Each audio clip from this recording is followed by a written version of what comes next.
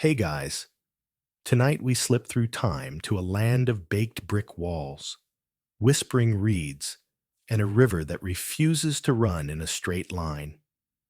Beneath the dusty gold of a Mesopotamian sunrise, the Tigris glints like a ribbon of molten copper. You hear it before you see it, trickling past boats carved like crescent moons. Date palms rustle in the breeze, their fronds casting long fingers across the packed clay roads. A farmer herds his sleepy ox through the misty fields, muttering curses only the barley understands. And in a courtyard, tucked behind high mud brick walls, warmed by the night's heat, you're about to begin your day. You probably won't survive this. What with the fevers, scorpions in your sandals, and the fact that you live in the armpit of two feuding gods. But don't worry, it's still kind of beautiful. So, before you get comfortable, take a moment to like the video and subscribe, but only if you genuinely enjoy what I do here.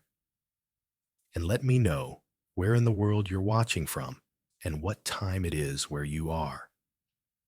Now, dim the lights, maybe turn on a fan for that soft background hum, and let's ease into tonight's journey together. The world stirs around you as the sky slides from indigo to apricot. You blink away the last grains of sleep, blinking into the silence. Your mat creaks as you sit up. The reed shutters of your window are cracked open just enough to let in the scent of river silt and clay. Familiar, earthy, grounding. A rooster yells his opinion from the neighbor's roof. It's definitely morning.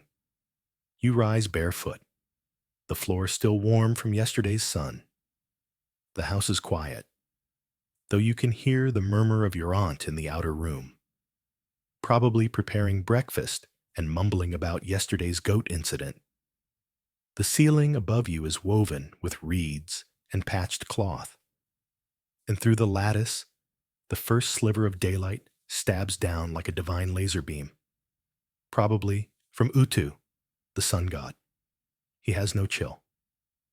The basin in the courtyard holds rainwater gathered during last week's thunderstorm. You splash your face, the chill biting pleasantly. You rub down your arms and neck, letting the water take the night's sweat and dreams with it. A dragonfly buzzes past your ear like a tiny prophet in a hurry. You dry off with the cloth slung on the brick ledge and pad across the mosaic tiles. They're painted with blue-glazed patterns, sunbursts, river lines, the odd geometrical spiral. You once tried to step only on the spirals, convinced it would bring you luck. It didn't. You stepped on a thorn and dropped your stylus in the canal that same day. In the little stone niche where you keep your writing tools, you find your stylus, reed cut, smooth in the hand, and your wax tablet, cool and waiting. There's something deeply satisfying about touching the grooves you carved yesterday, like time folded into clay. You rub a fingertip across the hardened wedge marks, little syllables and numbers waiting to be remembered. There's a quiet ritual to all of this, not just waking, not just washing, but the pause before writing, the inhale before the incantation. You stare at the stylus. You touch it to your forehead, then to the earth. Nabu. You whisper the name of the god who watches over writing, wisdom, and bureaucracy, patron of scribes, keeper of secrets, and probably the only divine being who truly appreciates a well-balanced accounting ledger. That's the thing about being a scribe. You're not just putting wedge marks in clay. You're preserving law, love poems, epic rants by cranky kings, trade receipts, and star charts. You're the memory of your city. You're the backup hard drive of the ancient world. Your fingers flex. Time to begin. Out in the street, A herd of goats decides to announce its presence by stampeding past your doorway. There's always one that sounds like it's screaming, "Why?" at the universe. That one is your favorite. You tie the front of your robe tighter and step outside. The smell of hot brick, baking already in the new sun, wraps around you. The alley's alive with sound. Ceramic clinks from potters, the slosh of water from rooftops being swept, a donkey refusing to move for purely philosophical reasons. Across the lane, an old woman is throwing seed to pigeons with the same gravitas as a priest offering incense. One pigeon struts like it owns the neighborhood. It probably does. You nod to the gatekeeper, a man who may have been born in that spot and never moved. He nods back with the grace of a deity, one finger flicked skyward, the universal Mesopotamian morning. You pause for a second. Just listen. The city breathes.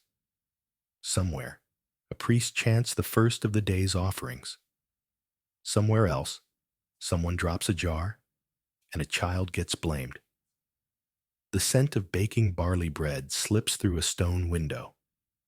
Historians still argue whether the ziggurat in the center of the city was primarily a temple or some early astronomical observatory.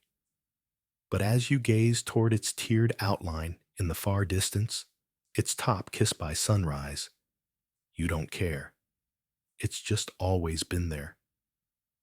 Like the river, like the sun, like your calloused fingers ready to shape syllables from dirt. You walk slowly, letting your feet remember the uneven stones beneath you. There's a rhythm to the way your robe whispers at your ankles. A rhythm that matches the scratch of stylus on clay, the drip of water down an aqueduct wall, the eternal murmuring of the scribes before you, and the ones who will come after. You're not a priest. You're not a king. You're something quieter, but older, and in a way, more dangerous. Because if you write it down, it might just be remembered. The day unfolds like a scroll, and you're already in the middle of it. You duck into the side alley that cuts between two courtyard homes. The shortcut you've taken 1,000 times, but still manage to trip over at least once a week. A chicken eyes you with suspicion from beneath a basket, and you mutter an apology because who knows what that bird might be sacred to. In Mesopotamia, it's best not to offend even the small gods.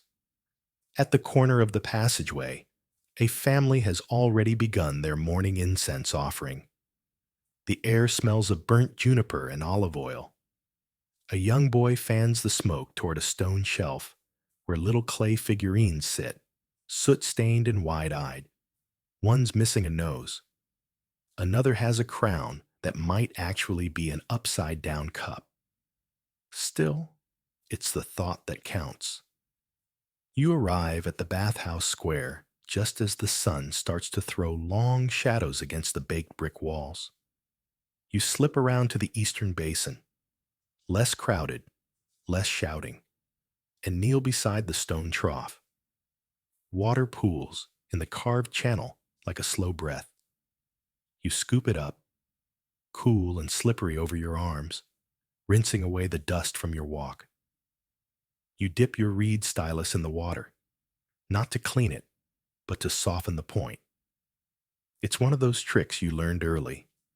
A damp stylus makes a cleaner wedge, especially in the early morning when the clay tablets are still a little stiff from the cooler night air. Scribal wisdom, passed down one smudge at a time. You press the stylus into your palm for a moment, the familiar indentation beginning to form. It's your callus, your signature, not inked or stamped, just worn into your skin like a whisper. Now you're ready. Back at home, in the little side chamber your family generously refers to as your office, you line up your day's tools on a woven mat. Stylus, oil pot, sponge scrap, a fresh chunk of raw clay in a damp cloth wrap. and, importantly, a sliver of bitumen. It smells awful, stains worse, and can glue anything short of the gods themselves. You use it to seal tablets when you're done, especially the ones meant for temple officials who think confidential means gossip worthy. The wax tablet waits for your touch. It's still slightly sticky from the heat, and your first strokes on it will need to be light. Too much pressure, and you'll gouge right through to the wood. It's practice, after all. This isn't for archiving, just warming up the fingers. Scribal stretches, if you will. You press in a line of cuneiform, then another. You write your own name, twice, just to get the spacing right. Then you write the name of your city, Uruk, the way your mentor taught you, with a flourish in the final wedge, as if it matters more than it does, which it does. There's a quiet dignity to cuneiform. Thousands of tiny wedges that somehow hold law codes, curses, dream interpretations, shopping lists, and hymns. You once read a whole tablet dedicated to what kind of dream meant your crops would fail. Spoiler, all of them. Every dream meant disaster, especially the one with the frog. A bee lands on your stylus hand and takes a long, judgmental stroll across your knuckles. You freeze. It eventually flies off, unimpressed. Probably another minor deity keeping tabs. From the outer courtyard, your aunt calls that breakfast is ready, which is excellent news, because the only thing stronger than your scribal devotion is your hunger. You scoop up your tools and join the family in the wide central room where sunlight falls like honey through the reed roof slats.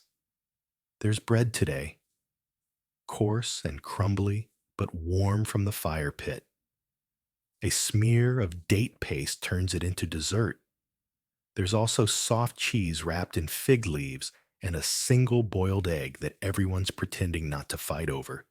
You grab a palm-sized portion of barley mash with honey, and your cousin smacks your hand when you try to steal a corner of his bread. All fair in love and breakfast. Your uncle sits in the corner, still in his nightrobe, staring furiously at a pair of broken sandals. Apparently, someone took them to the market yesterday and returned with only one. He's blaming a neighbor. The neighbor, who happens to be sitting right there eating lentils, calmly insists he never even liked those sandals. And then there's the goat. The goat, your cousin's, in theory, though in reality it belongs to chaos itself, has made its way back into the storeroom. You watch as it very delicately begins to nibble the edge of a half-written tablet you left near the grain bin. You leap to your feet with a cry that echoes into history. No, not the ledger. Too late. The goat has already consumed half of the entry regarding barley deliveries from the Southern Canal. It's going to take you an hour just to recopy the numbers, and you can already tell your mentor will find this hilarious. One of your family's quirks is treating your scribal work like high ritual, and also, simultaneously, as completely disposable. Your older sister once used a draft of a temple hymn to wedge under a wobbly table leg. It worked. The hymn now includes references to a sturdy house and unshakable blessings, which is maybe an improvement. As you try to retrieve what's left of the barley ledger, your cousin appears, covered in what might be honey and definitely isn't yours, and says cheerfully, "Did you know beer foam tastes better if you hold your nose?" You did not. You glance at the goat, then at the clay shards, then at the sky, already crawling toward late morning. You sigh. Maybe if you hurry, you can still make it to the scribal hall before the master assigns you latrine duty for lateness. You pack your things again, slipping your damaged tablet into a cloth pouch, your stylus behind your ear. The goat watches you leave with what you're sure is smug satisfaction. You step back into the street, mouth still tasting faintly of barley and defeat. The sun is stronger now, and the air is thick with the scent of earth and roasting onions. You square your shoulders and begin the walk toward the market lane. After all, you've got an entire day of wedge marks, bureaucratic disasters, and possibly prophetic dreams ahead of you. And hopefully, not too many goats. The sky is already too bright for this nonsense. You tuck your damaged barley ledger deeper into your satchel, half hoping that by hiding it, the numbers will fix themselves. They won't. That pigeon-smeared math is your burden now. You shift the bag on your shoulder and join the flow of bodies moving down the sloping alley toward the heart of the city. This part of Uruk is always awake. Wide avenues, where men in linen kilts haggle like poets, and priests whisper over incense trays. The stalls are going up fast, like a race only the vendors understand. One man is stacking jars of pickled fish. Another is arranging dyed wool like it's fine art. And two young girls are already shrieking over a pile of painted beads. But your destination isn't the market. Not yet. You angle left, away from the sweet rot of dried dates and the sharp vinegar sting of pickled turnips. You pass under the lintel stone that marks the entrance to the Scribe complex, carved with faded symbols, a stylus crossed with a crescent moon. Inside, there's a calm, a sacred hush. You exhale the street and inhale the dust of scholarship. Before breakfast, before copying, before being assigned yet another column of grain receipts from 5 years ago. Before all that, there's something you have to do. You kneel in front of the small alcove set into the eastern wall. A shelf holds a clay effigy of Nabu, eyes wide, beard neat, and holding, of course, a stylus. Not that the god probably ever needed to sharpen one, but the symbolism counts. You place your stylus across your open palms and whisper the morning oath. It's not long. Just a few lines. Memorized since childhood. I mark the world with your wisdom, Nabu. May my wedge be true, my lines firm, my signs clean as water on stone. What I record, may it echo. It's tradition, sure, but also something more. You've seen tablets thrown in rage, scribes argue over a single missed wedge, a missed breath, in a sacred poem. This work matters. You're not writing about the gods. You're writing with them, beside them, occasionally correcting their grammar. And yes, the jokes say scribes are just glorified bean counters with better handwriting. But those jokes are always made by people who can't even spell handwriting. You press the stylus lightly to your forehead, then to your lips, then to the clay tiles. The last touch seals the oath. You're ready. Or you would be if your stomach wasn't already loudly reminding you that an oath is not, in fact, a substitute for second breakfast. You make your way to the scribal bench and settle into the familiar low seat. It's just wide enough to be uncomfortable and just smooth enough to have clearly been someone else's favorite spot before it was yours. The table in front of you is still stained from last week's ink spill, a mark of shame. You've named it Inkazoth, god of bad form and regret. Your mentor appears, as he always does, exactly when you think you're alone. He seems to materialize out of a stack of scrolls like a judgmental cloud, arms folded, eyebrows fighting gravity. You're late, he says, with the tone of someone who expected better but is somehow not surprised. The goat, you reply. That's all you need to say. He sighs deeply and waves a hand. Copy the temple records from last moon's feast and fix the barley count for the royal granary. I don't want another priest claiming we shorted him 30 measures and a jar of onions. You nod and unwrap a new slab of clay. The scent is clean and wet, like freshly turned earth. You dampen your fingers and begin the first line, pushing your stylus in with that rhythmic tap twist tap that has already outlived 3 kings and will probably outlast you. The first tablet is straightforward, grain accounts mostly. You double-check the numbers, squinting at the old ledger where someone clearly fell asleep mid-column. You erase one entire section with a groan. Whoever wrote it last time apparently thought barley came in units of lots. Still, it's peaceful in its way, meditative. The light from the window slants across your table, hitting the clay at just the right angle to catch each wedge like tiny shadows. There's a grace in it, a geometry the gods might admire. Your mentor dozes off 5 paces away, snoring into a scroll labeled Most Glorious Laws of Uruk Revised. A cat wanders in from the garden and leaps up onto the scroll shelves with the bored confidence of an immortal being. It knocks over 2 tablets and a small statue of Ishtar. Nobody moves. You glance up at the ceiling and murmur, "That's fine. That's normal." The historical fact for today: scribes were among the few in society who could navigate both temples and royal courts. You were trained in language, math, even rudimentary astronomy. Some scribes went on to become advisors, judges, even governors. The weird fringe tidbit? There are tablets that suggest scribes had their own inside jokes.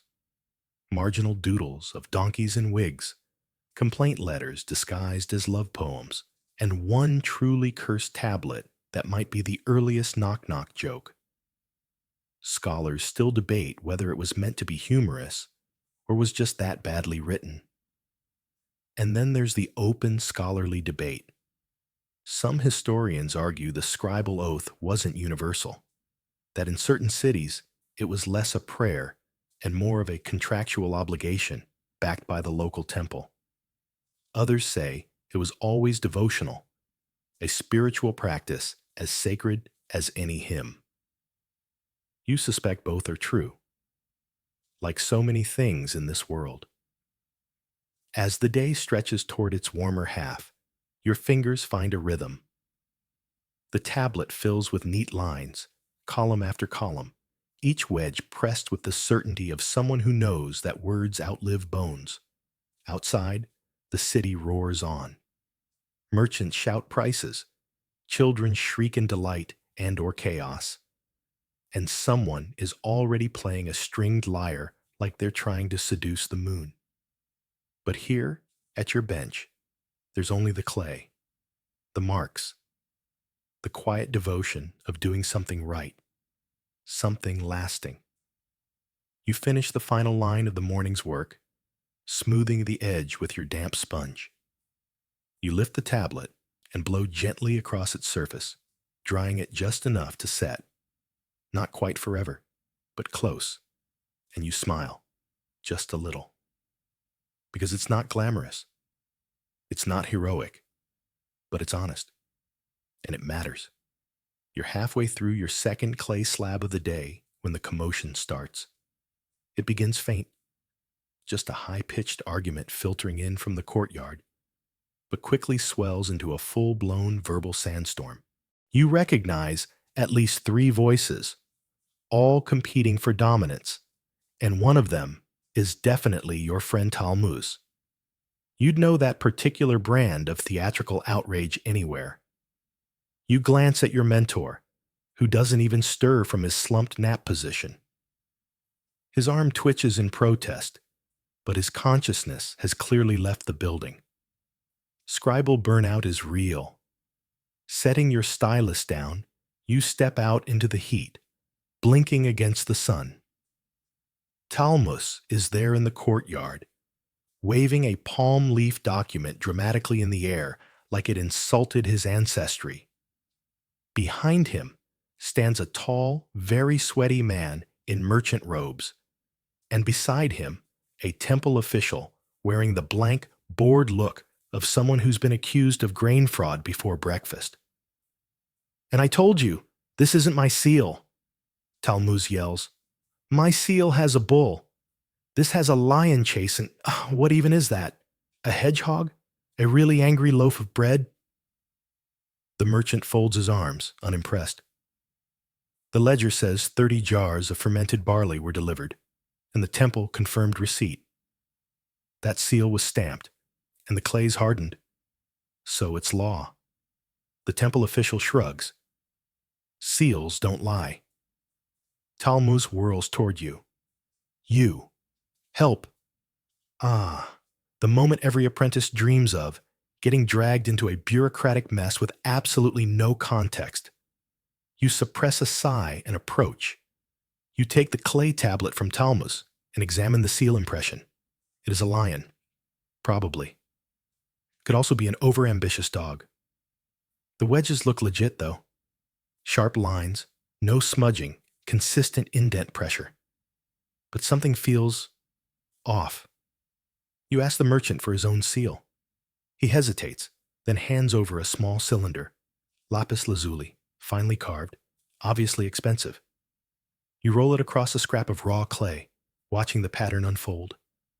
Lions, trees, a star. Now you ask Talmuz for his seal. He proudly pulls a chipped hematite cylinder from his belt pouch and rolls it across another slab. This one is rougher, less elegant, clearly homemade, but unmistakably features a squat bull and a goddess holding a grain stalk. A classic choice. You line up the original imprint on the disputed tablet next to both samples. And there it is, the spacing. "See here," you say, pointing. The symbol placement on this disputed tablet doesn't match either seal exactly.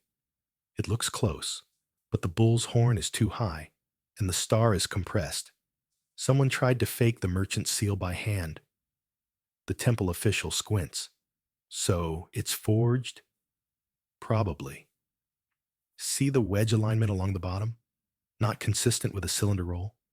It was pressed one section at a time. The merchant turns a pale shade of brick. "Then who?" Talmuz crosses his arms triumphantly. "Not my hedgehog." This, you realize, is the fringe fact of your day. In ancient Mesopotamia, seals weren't just decorative. They were identity, security, and legal proof rolled into one, literally. Losing your seal was like losing your signature, your bank code, and your face. And yes, people forged them. Even then, your little scribal heart swells. For a few fleeting minutes, you feel like the protagonist of a Mesopotamian detective story. You even consider giving yourself a nickname, the Stylus. But then your mentor stirs and mutters something about getting back to work before the gods strike us all for sloth. And the dream ends. You head back inside, basking in your moment of forensic glory. You add a note about the forged seal incident to your personal wax tablet, labeling it Case of the Ambiguous Hedgehog. Midday approaches. The air grows thicker, dustier. Outside, a vendor's shouting the merits of shadow-cooling linen head wraps. Another's offering cold beer ladled from a clay jug into palm-sized cups. You're tempted. But instead, you're handed your next task, inventorying ritual offerings from last month's full moon ceremony. The records are scattered across 3 tablets, one of which has a corner broken off. You piece them together like a jigsaw puzzle with no guiding picture. You read, "To the goddess Inanna, 12 measures of fine flour, 8 vessels of date wine, 4 strings of shell beads, and 1. You squint. The corner is missing. Could be anything. 1 goat, 1 harp, 1 unfortunate scribe. You jot a note to check temple storage later. Here comes the historical nugget. Mesopotamian religious ceremonies weren't all chants and incense. They involved massive logistics: food, drink, gifts, textiles, musical performances, meticulously recorded by scribes. Your kind were the divine accountants of the gods. Without you, even the moon rituals wouldn't balance.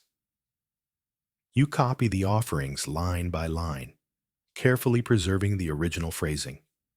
One line catches your attention, and one vessel sealed by the high priestess herself, not to be opened until the night of eclipse. You raise an eyebrow. That sounds dramatic and tempting, but you resist. You're just the scribe, not an action hero. Still, curiosity thrums under your skin. What's in that vessel? Dried flowers? Prophecy ink? A snack? Historians still argue whether some of these sealed vessels were symbolic gifts or held actual ritual items. Some say they contained sacred texts. Others swear they were filled with hallucinogenic oils or blessed water.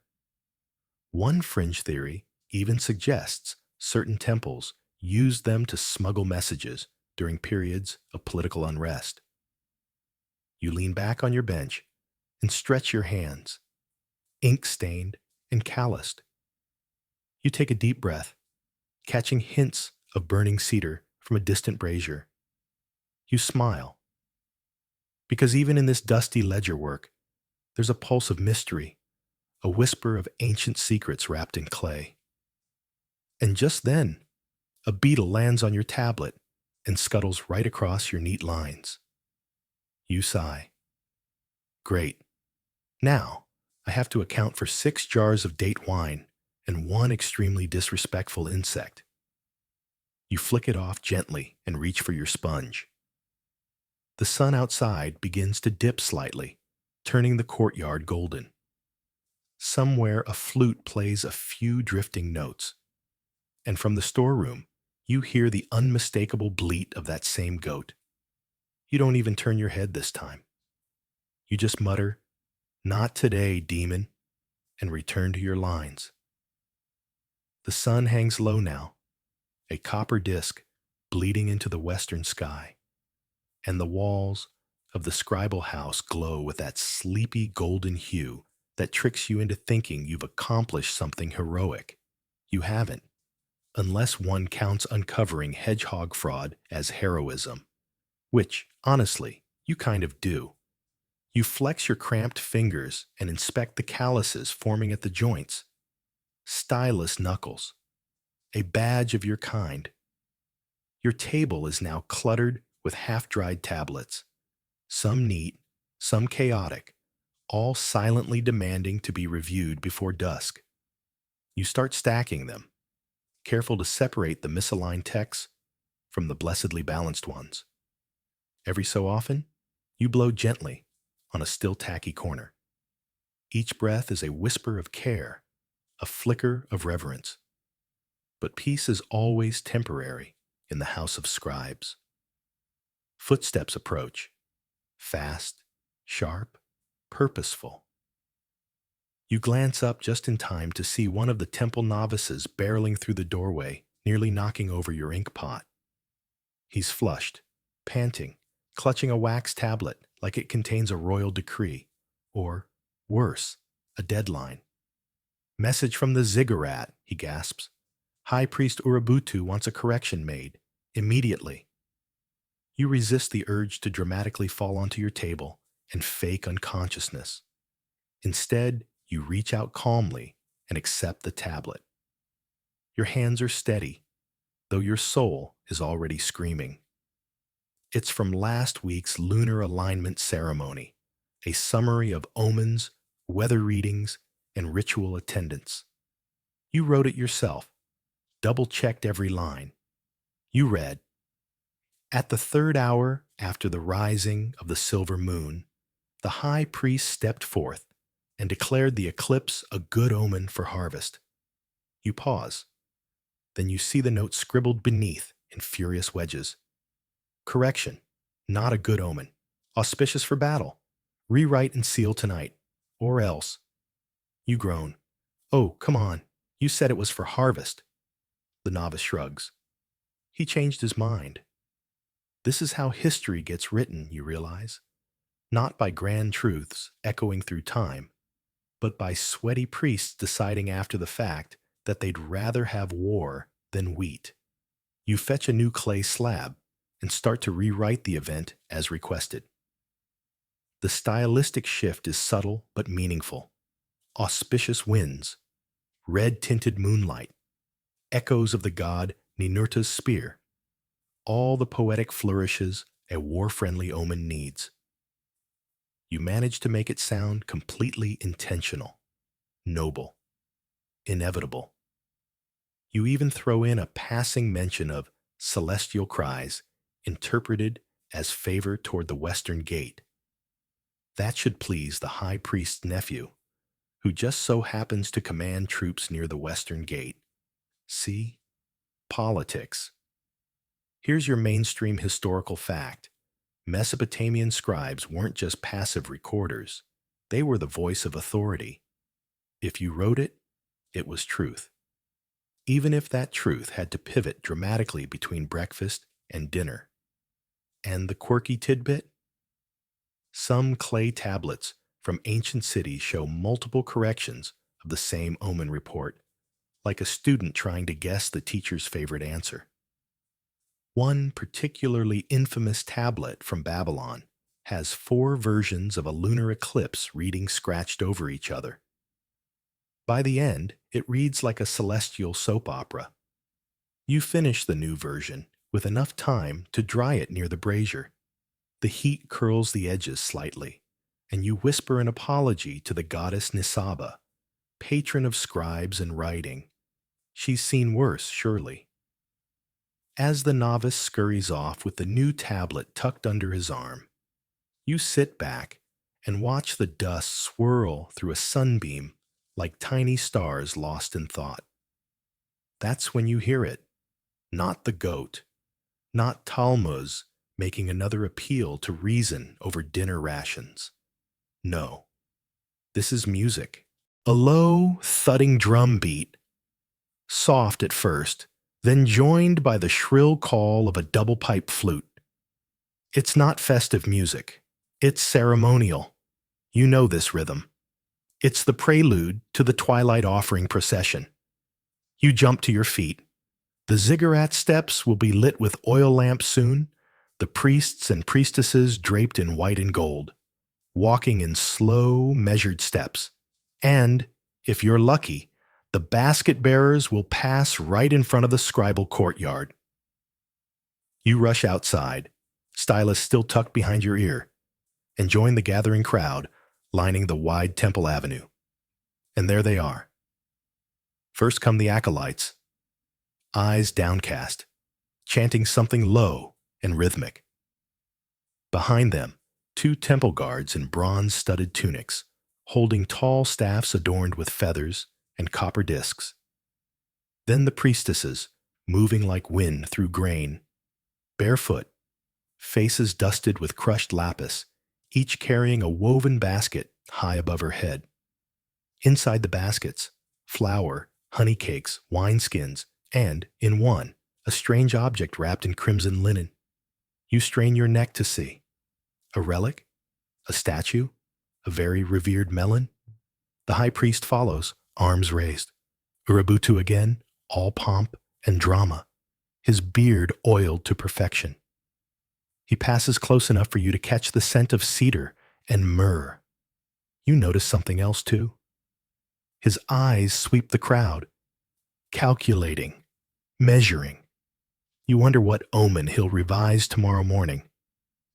Perhaps the moon will start predicting tax policy. A scholar beside you mutters, "They say tonight is the beginning of the 9-day fast for the goddess's favor." You nod. Then why does he look like he just ate half a lamb? The scholar snorts.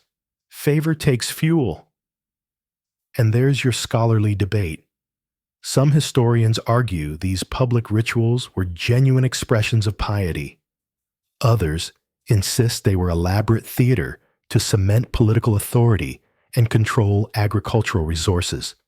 Still others think the truth lies somewhere in the layering, faith and power, braided together like reeds in the river. The procession vanishes behind the ziggurat wall. Night falls fast. The sky above you darkens into that perfect Mesopotamian indigo, speckled with stars. A warm breeze curls through the courtyard, lifting dust and prayers alike. You return to the scribal bench one last time. You press your final tablet for the day, just a brief summary of temple activity, and mark it with your personal seal, a reed bundle, and a quill. You line it up beside the others. Tomorrow, someone else will read your words. Maybe a priest. Maybe a tax collector. Maybe a student in 50 years, wondering why a moon turned from barley to blood overnight. You hope they laugh, or at least raise an eyebrow. You smile. And as you stretch your tired spine and finally let your shoulders fall, you remember your oath from this morning. What I record, may it echo. So far, so good. The ziggurat looms like a mountain in the moonlight. You're on its lowest terrace now, your sandals quiet against the cool, polished stone. The air is thick with incense and the echo of footsteps. This is not part of your usual routine. Normally, scribes like you avoid the higher tiers unless summoned, because summoned scribes usually end up with overnight assignments, or worse, copywork involving tax scrolls. But tonight, you're not here to work. Not exactly. You've been granted rare access to observe the lunar fast from the ziggurat's second level, a viewing platform reserved for priestly aides and occasionally trusted temple staff. It's a favor, quietly arranged, possibly because you rewrote that omen so convincingly earlier. Or maybe someone just likes your handwriting. You climb the narrow stairway, torchlight flickering along the walls, casting strange shadows in the old carved niches. Each step feels like a soft command. Remember, remember, remember. And you do. You remember the myth of Inanna descending into the underworld, removing one piece of regalia at each gate. You remember how the lunar fast mirrors that descent. Each day, one indulgence removed. Bread, beer, salt, comfort, until only silence remains. The viewing platform opens before you, vast and open to the sky. You pause. The wind lifts your hair gently. Below, the city glows with lamplight, a constellation laid out in bricks and shadows. You spot your own scribal house, a square among squares, where a goat is almost certainly chewing something it shouldn't. The high priestess stands at the edge of the platform, her silhouette haloed by moonlight. She raises her hands and begins to chant. The sound is low, measured, unlike anything from the daytime rituals. No theatrical flourishes, no drums, just voice and wind. You listen. She invokes the goddess, not as a warrior or lover, but as a silence, a stillness, a presence behind the veil of night. You are witnessing something old, older than clay tablets, older than writing. And then she stops. Below, torchbearers extinguish every flame but one. The city dims. It's time. Each person on the terrace takes a thin clay disc from a bowl near the steps, a token of vow. Yours is warm, etched with a crescent. You don't know exactly what you're vowing. There are no words spoken aloud, just the shape of the ritual, repeated every month for generations. But you press your thumb into the disc, a soft print, and place it on the altar stone. That's enough. Here's your mainstream historical fact. Ziggurats weren't just temples. They were cosmic ladders, places where earth and sky met. and rituals conducted there were timed with astronomical events. The lunar fast in particular was common in cities like Ur and Nippur, marking transitions between moon phases and seasonal changes. It wasn't about spectacle, it was about calibration of time, of soul, of society. Now, the fringe. In some recovered temple records, there are references to dream scribes, chosen during these fasts to sleep within the ziggurat and record whatever visions came to them. Some historians think it was a poetic metaphor. Others argue that scribes really did it, and that some of the strangest cuneiform tablets we have, filled with symbolic language and bizarre imagery, might be dream logs. You glance toward the enclosed chamber at the back of the platform. Its curtain flutters. Inside is the dream room. You're not allowed in. Yet. Instead, you take a seat near the parapet and pull out your personal wax tablet, the one you're not technically supposed to use for temple matters. The moon is full, casting just enough light to write. You note, the high priestess invoked stillness.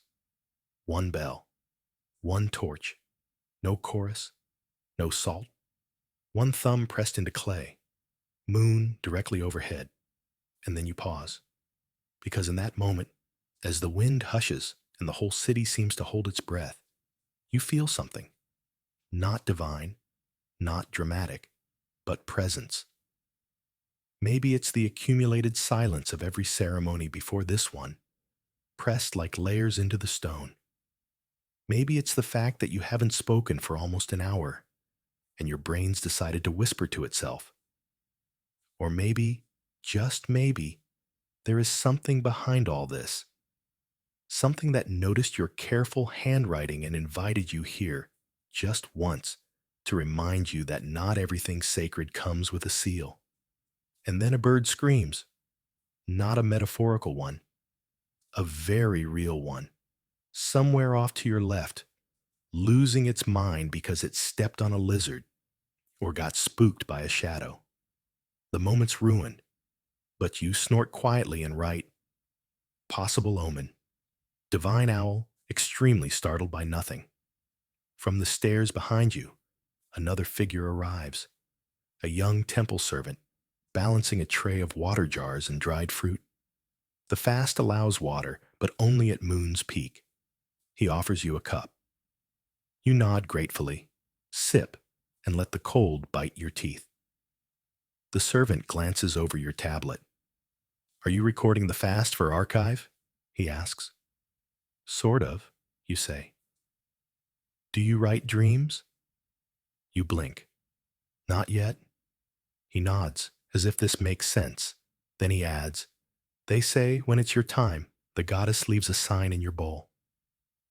You glance at the tray. All the bowls are identical. Unless, nope, you're not going down that superstitious rabbit hole. Not tonight. The servant leaves. You stare at your reflection in the water. What would you dream if you were allowed? A city made of reeds? A goat climbing the ziggurat in a scholar's robe? You chuckle softly. The silence returns.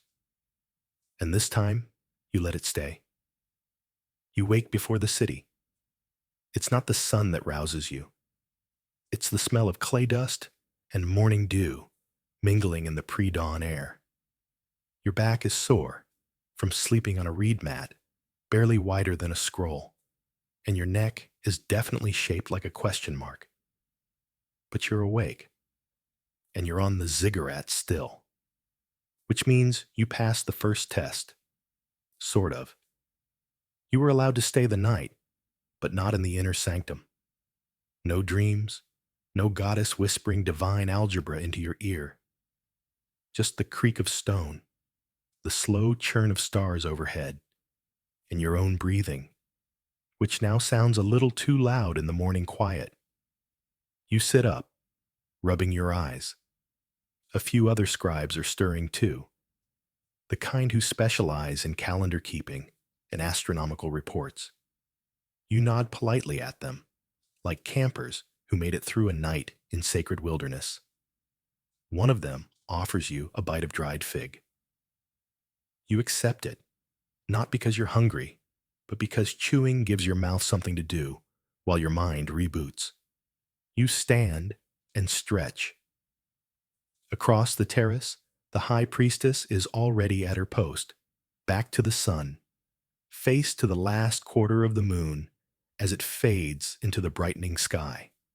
She does not move, not even when a temple apprentice drops a scroll beside her with a little too much enthusiasm and a lot too little grace.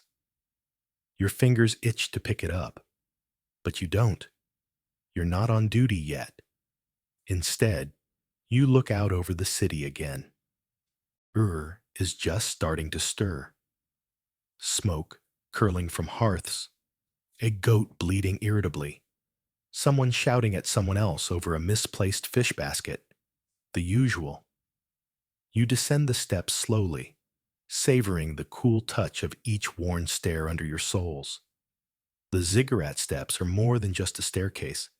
They're history carved into stone. Literal history. There's an inscription along one side, noting which king added which layer. One of them brags, I, Rim Sin, laid these bricks with my own royal hands. You've seen those hands. Or rather, their wax replica. They were soft. Here's your mainstream fact. Ziggurats were often expanded over generations, with each new ruler adding height to show divine favor and political clout. The oldest layers date back thousands of years before your time, and every level had its own function. Lower for offerings, middle for rites, top for communion with the gods. Quirky tidbit? One recovered administrative record from Nippur suggests a king once tried to commission a second ziggurat just for his pet lion's spiritual well-being. The project never finished. Historians call it the ziggurat of roaring intentions. Back at ground level, you pass through the temple garden, a surprisingly green space filled with herbs, date palms, and the occasional sleepy pigeon. You pluck a leaf of fresh mint and breathe it in. Instantly better. Then you hear your name. It's Talmuz. Of course it is. He's standing outside the scribal house, holding a cuneiform tablet with the exaggerated delicacy of someone who has already dropped 3 this week. You were supposed to be back before sunrise, he says, squinting at you like you've personally invented lateness. You raise an eyebrow. And yet the sun did rise. Coincidence? He ignores that and holds out the tablet. They need this transcribed before breakfast. It's from the Western Granary. You groan. Another barley accounting? No, he says. Wheat. Oh, good. Something exotic. You take the tablet and head inside, where the room is already warm with bodies and brain power. Everyone's busy. Scratching, stamping, muttering to themselves.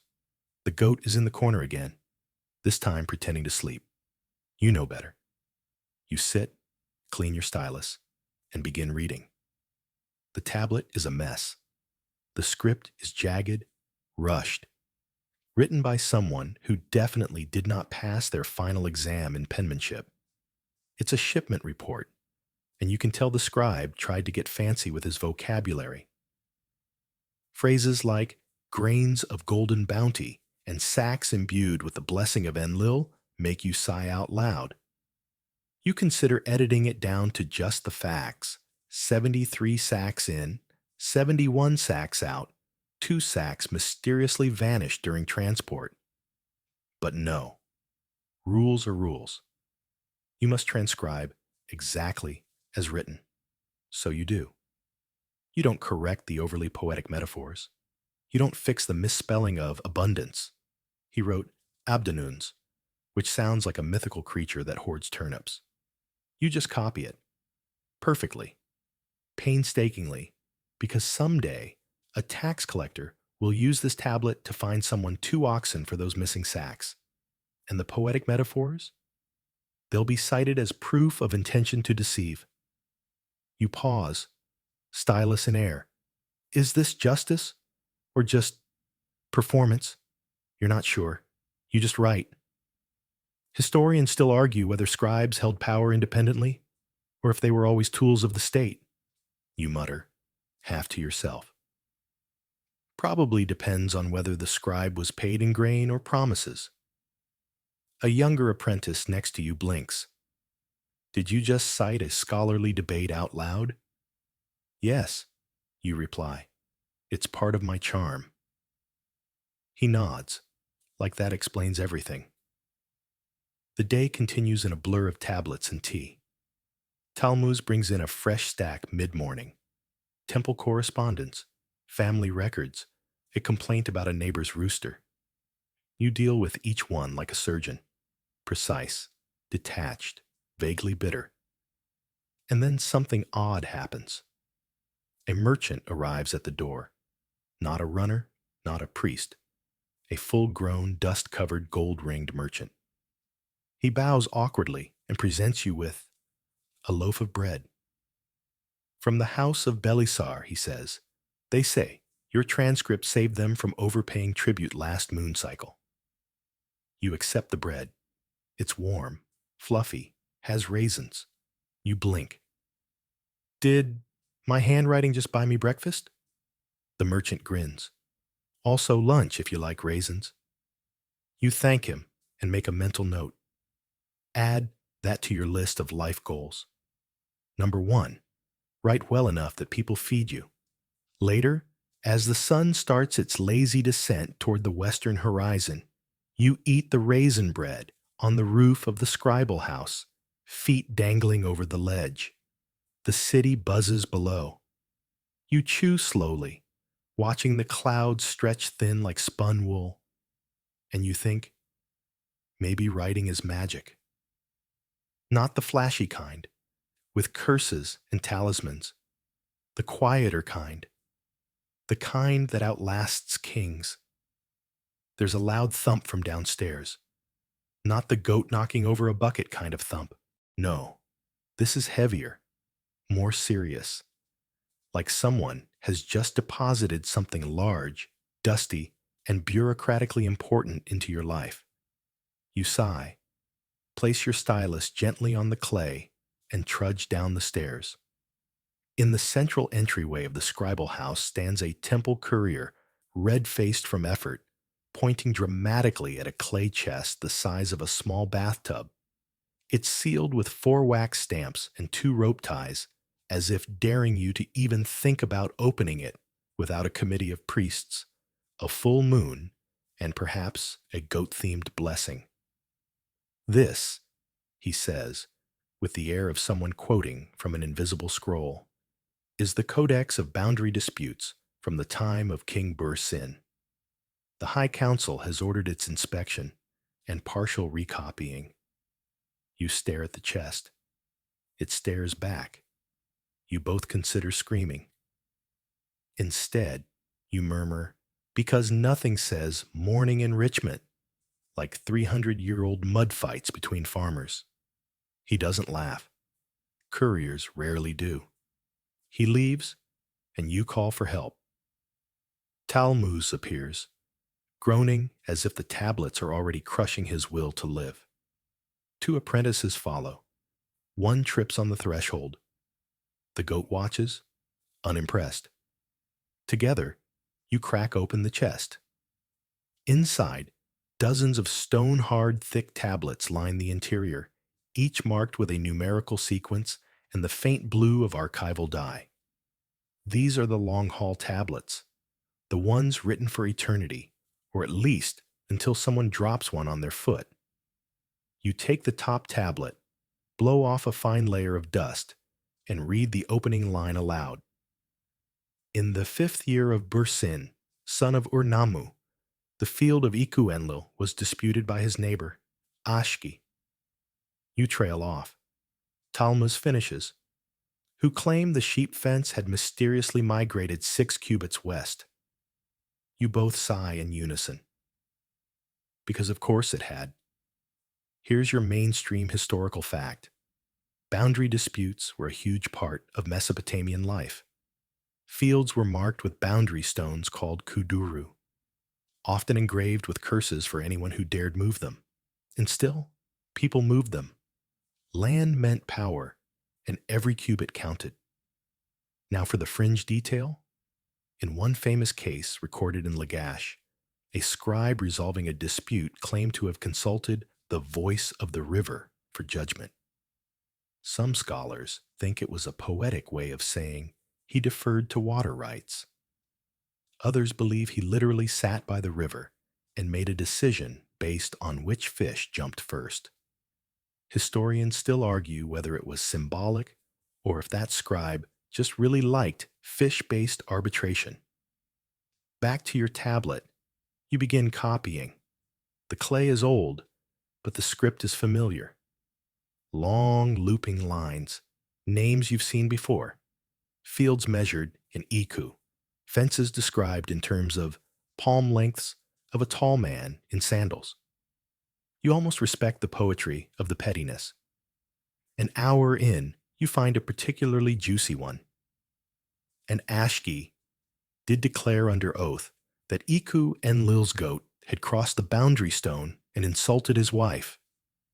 You blink. Goat libel? Talmuz peers over your shoulder.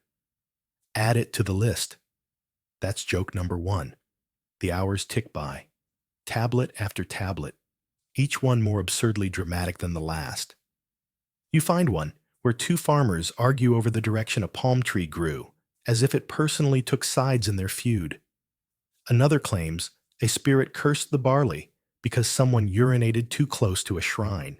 You don't even question it anymore. You just copy, until one tablet stops you cold. It's not about boundaries. It's not about goats. It's a warning, a formal declaration from a temple scribe named Edubamari, addressed to future generations. You read it slowly, the words cracking under your fingers. Let it be known to scribes yet unborn. Should any man seek to alter the records of land and inheritance, may the goddess Ningal bind their tongue and unmake their name in the dust. You pause, not because it's dramatic, though it is, but because this is you. You are the scribe yet unborn he spoke of. And here you are, touching his words 3 centuries later. That's not ink on clay. That's time, pressed flat and fired hard. You whisper, "Hello, Edubamari." Talmuz rolls his eyes. "Talking to tablets again?" You grin. He started it. Joke number 2. You finish your copy with extra care. This one matters, not because of its utility, but because it's a message meant for you. You don't get many of those. Later, after the chest is sealed again, you take a walk. Your mind is full of names and fields and goats with questionable manners. You head toward the river, past the market stalls and weaving houses, past the man who insists on selling goddess-blessed eggplants. They are neither, until you reach the canal. It's quiet here. The water laps gently. A potter's child floats a reed toy along the current. You sit, kick off your sandals, and dangle your feet over the bank. Your stylus is still in your pocket. So is your wax tablet. You pull them out and begin to write, not for the archives, for you. You write, "Today, I copied a warning from a scribe named Edubamari. He feared erasure. I understand. But I think we write not only to be remembered, we write to remember. To hold something still, if only for a moment, in a world that changes shape every sunrise." Then you pause, tap your stylus, and add, "Also, Iku Enlil's goat might have been framed." Joke number 3. The wind stirs, the canal glitters, and you, scribe of quiet mornings, exhale. This day wasn't glamorous, it wasn't divine, but it mattered. The air smells like cedar oil and freshly burned incense, which can only mean one thing. Inspection Day. You arrive at the scribal house to find it in full crisis mode. Apprentices are sweeping floors like their lives depend on it, because they kind of do. Talmuz is furiously oiling the tablet shelves, and the goat has been relocated, temporarily, to the courtyard. With a smug look of unjust exile, you step through the chaos with the seasoned calm of someone who knows exactly how long it takes for panic to exhaust itself. Did we know the inspector was coming? You ask. Talmuz doesn't look up. Did we want to know? Fair point. Because the royal archives aren't just temples of knowledge, they're power repositories. And the king's inspectors don't just check for cracked tablets. They're there to make sure no scribe is, say, forging a favorable land record for a cousin who conveniently owns 6 goats and a boat. You straighten your sash, pull your hair into something resembling order, and check the most important thing, your fingernails. Ink-free? Barely. Good enough. Then you take your position at your desk and prepare to look productive, yet naturally gifted. Like you woke up knowing cuneiform. A tall man in a bronze-studded robe enters. 2 guards flank him. They're not here to protect him. They're here to encourage accuracy. He nods at Talmuz, who bows so hard he might need a chiropractor. Then he turns to you. You are the morning scribe? He asks, voice like gravel under formal sandals. I am, you say, hoping your tone lands somewhere between confident and not arrogant. Show me your last 3 tablets. You do. One is a wheat tax record, one is an archival copy from the boundary chest, and one, awkwardly, is the personal wax tablet you wrote by the river. He picks it up, reads, raises an eyebrow. You flush. That one's unofficial. To your surprise, he smiles.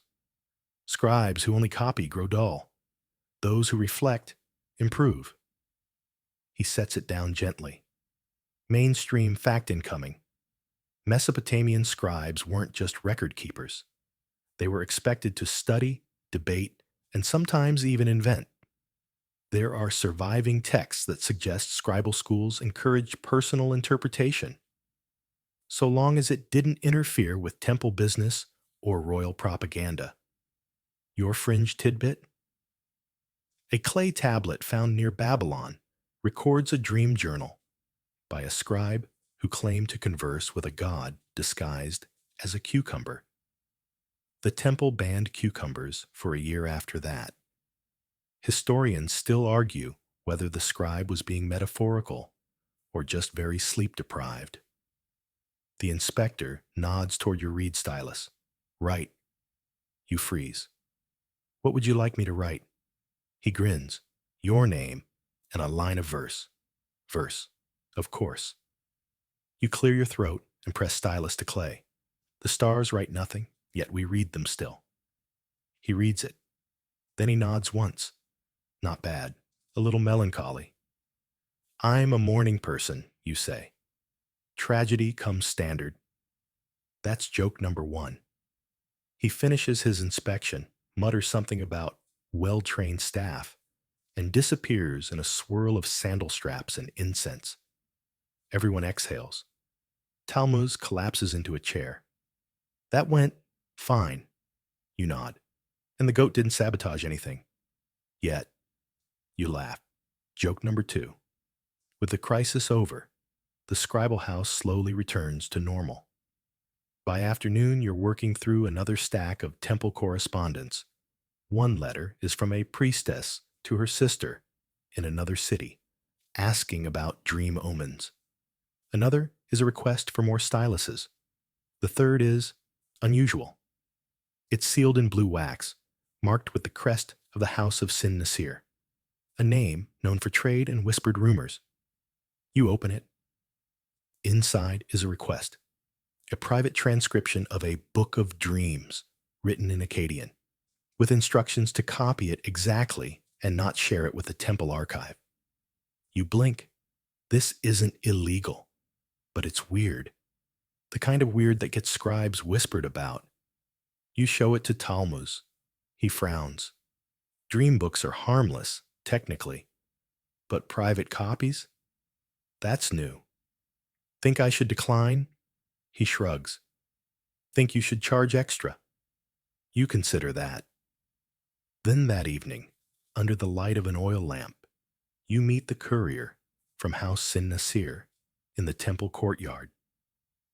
She's tall, veiled, with a sandaled foot, tapping an impatient rhythm. You hand her the copy, done in your finest hand, with gold ink accents, because why not make a statement? She inspects it, nods, and hands you a linen pouch. Inside, a silver ring, and a handful of rare lapis chips. You stare. That's generous, you murmur. The house appreciates discretion, she replies. As she vanishes into the shadows, you think, well, that's your first bribe. Or honorarium. Depends how you spin it. You slip the ring on. It fits perfectly. Later, sitting on the scribal house roof again, you watch the moon rise. The goat is snoring softly nearby.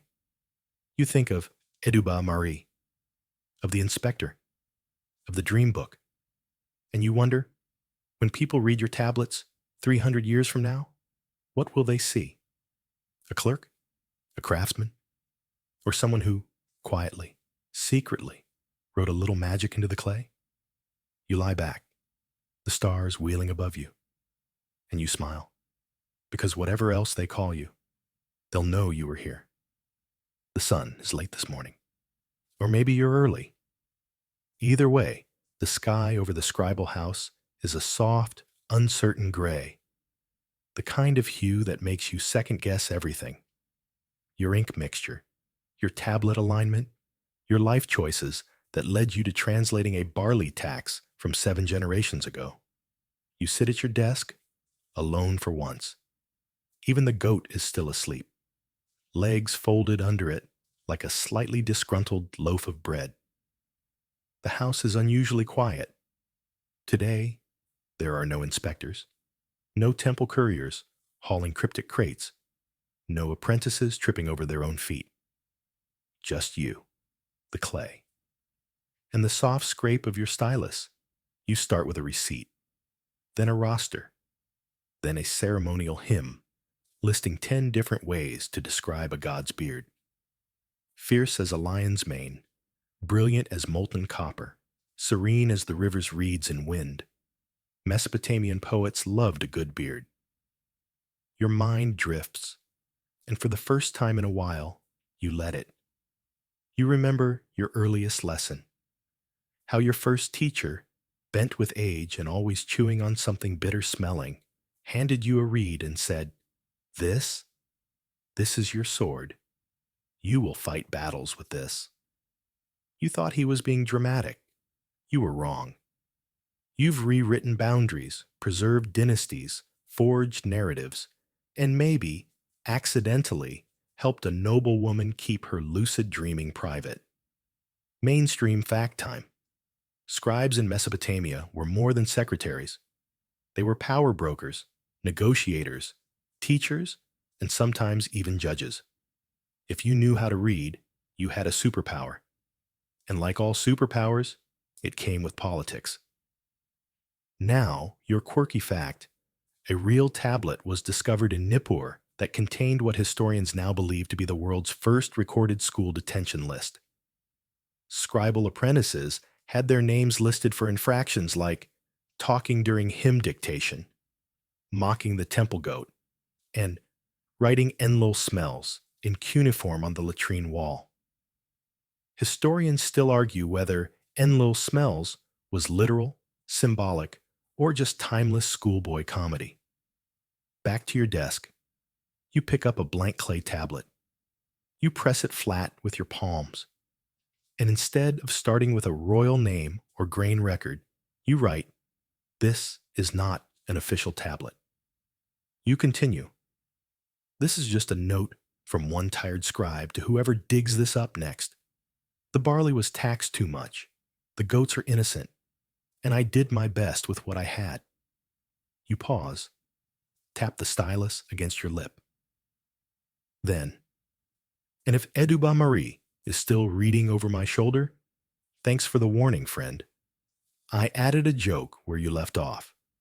You smile. Joke number 1. The door creaks. An apprentice tiptoes in, sees you writing, and tiptoes right back out. Talmuz appears a few moments later, holding 2 cups of watered date beer. He sits beside you without a word. You pass him the tablet. He reads, snorts. You're going to get us exiled for making the archives interesting. That's the dream. He chuckles. Joke number 2. Later, you help him with the student roles. The new class starts tomorrow, and already the applications have begun pouring in, some on wax, some etched into shells, artsy. One written with charcoal on dried palm bark, illegal but impressive. You read their names aloud, sift through their parentage, guess which ones will be scholars and which ones will be perpetual ink-smudged chaos agents. One name stands out, Shum Meli, daughter of Zimri Dagan, age 10, memorized 60 god names, can write both Sumerian and Akkadian. You blink. That's better than me at 15. She's the one who submitted a drawing of a ziggurat shaped like a turtle. You smile. I already like her. Joke number 3. By dusk, the sky turns amber. The temple bells call softly in the distance. You gather your tools, seal the day's work, and rise. As you close the wooden shutters, you glance once more at your unofficial tablet, and you decide to leave it on the shelf, not hidden, not cataloged, just placed gently between 2 royal records. Maybe someday someone will find it. Maybe not. But you were here. You wrote. You listened.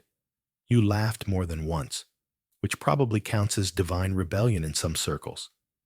And as the wind picks up, ruffling the corner of your robe, you realize something. You don't just write history, you live it. And now, the courtyard grows quiet. The sun has fully slipped behind the ziggurat, casting the city in a soft, forgiving twilight. Somewhere in the distance, a drum beats a slow, steady rhythm, a signal for the evening meal, or maybe just a child tapping for fun. You set your stylus down for the last time today. Your fingers ache, your eyes are heavy, but there's that satisfying sense of something completed, a record made, a day remembered. The goat sighs in its sleep. Talmuz snores from his corner chair. And you, scribe, dreamer, survivor of 300-pound boundary disputes, step out into the warm air and let the last light of the day wash over you. You've earned it, so breathe. In through the nose, slowly, out through the mouth, like the sigh of a reed catching the wind. There is no ink to spill now, no names to misrecord, no gods to flatter, no scribal etiquette to maintain, just you. The soft rustle of palm fronds, the glint of stars appearing one by one like pinpricks in an old clay sky, and the fading echoes of a city that, though long gone, still speaks, in dusty tablets, in fragments of dreams, in whispers you carried all the way to bed. Sleep well, young scribe. And remember, not every story needs to be epic to matter. Some just need to be written. End of script. Sweet dreams.